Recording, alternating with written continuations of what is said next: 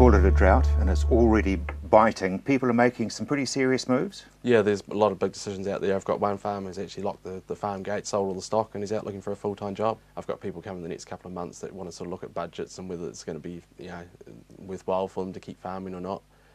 We've got two that are looking at putting the properties on the market. They've just had enough of the conditions. It'd be sad though, wouldn't it? Because we're at the bottom of the market for the capital gain after all those years of heartache and hard work. And they realise that, but they said, you know, well, how long do you keep going? How long do you keep putting the money into it to hope you make it back in the future? Unfortunately, one of them is the 4th generation farm, but they said, you know, there's no point carrying on if we're not going to make the money. You know, can't keep having losses. Well, you can't. No, you can't. You can't keep making losses. So, anyway, on a brighter note, let's talk about GST tax invoices. Was that a brighter note or not? It's just a bit of a warning for people out there, especially if they're a company or a trust, that if you get a tax invoice, it must be in the name of that company or the trust if you want to claim it for GST. IRD is starting to sort of clamp down on this a bit, and they're starting to sort of say, well, if it's not in the name of the company or the trust, then you can't claim it, and if you do, we're going to hit you with penalties because you overclaimed. So it's important that you do that. So just to reiterate, if it has to be, if you're running a company or a trust, it can't be under Kerry Adams. No, it's got to be under the, it's got to be under Adams actual Family Trust. Yeah, the actual trust name or the company name. It can't be in a director, shareholder name, employee name, or anything like that, because it doesn't meet the valid claim for tax invoices. So that's very important for those that are, you know, over $1,000, because that's the ones that IRD really clamped down on. Yeah, okay. If you've got invoices sort of between 50 and 1,000, you've got some simplified requirements, but really you still meet the same rules. You've got to make sure it's in that entity's name. And so that means you don't pay anything in cash either. Well, no, you shouldn't. No, not if you want to claim the GST part of it. I shouldn't have mentioned cash to an accountant.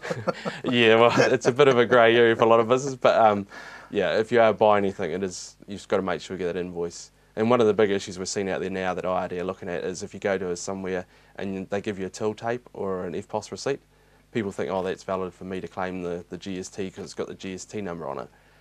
If it's over $50, then that's not even going to come close, and you just can't claim it. So if one of your suppliers says, look, here's your FPOS receipt, they'll be able, and it's over $50, you can claim the GST. But it shows up on your bank account. Doesn't matter.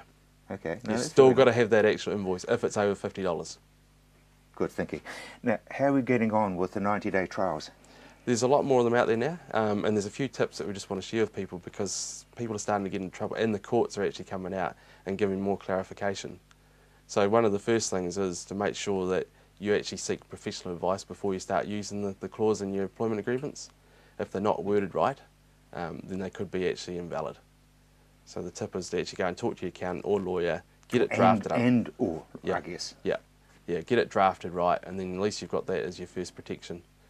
But a lot of people also rely on it as their sort of part of their recruitment process. They'll take someone on, after no good, I'll just get rid of them under the 90 days. It's not what it's designed for. It's actually designed as sort of a last resort. So, do you know whether we have to give them warnings, or can you just say, look, I'm not going to renew it? Yeah, it depends on what you've put down. So, for example, if you've said to an employee when you take them on, you're subject to the 90 days, they've agreed to it, and you said you're going to give them formal training, and you don't, and then you put them off, they've got cause to actually come after you because you've breached what you said you'd do for them. So it's not just as simple as saying, right, in 90 days I don't want you, or anything like that. You've got to look at what you're actually agreeing to as well. So, is the 90 days an automatic thing, or do you have to discuss it before pen to paper? Yep, you've got to just be upfront with it and tell you the potential employee that I'm going to put you on a 90-day trial.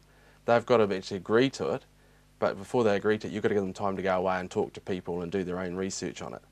If you don't, then you've breached your faith duty to them, and they've automatically got rights to challenge you.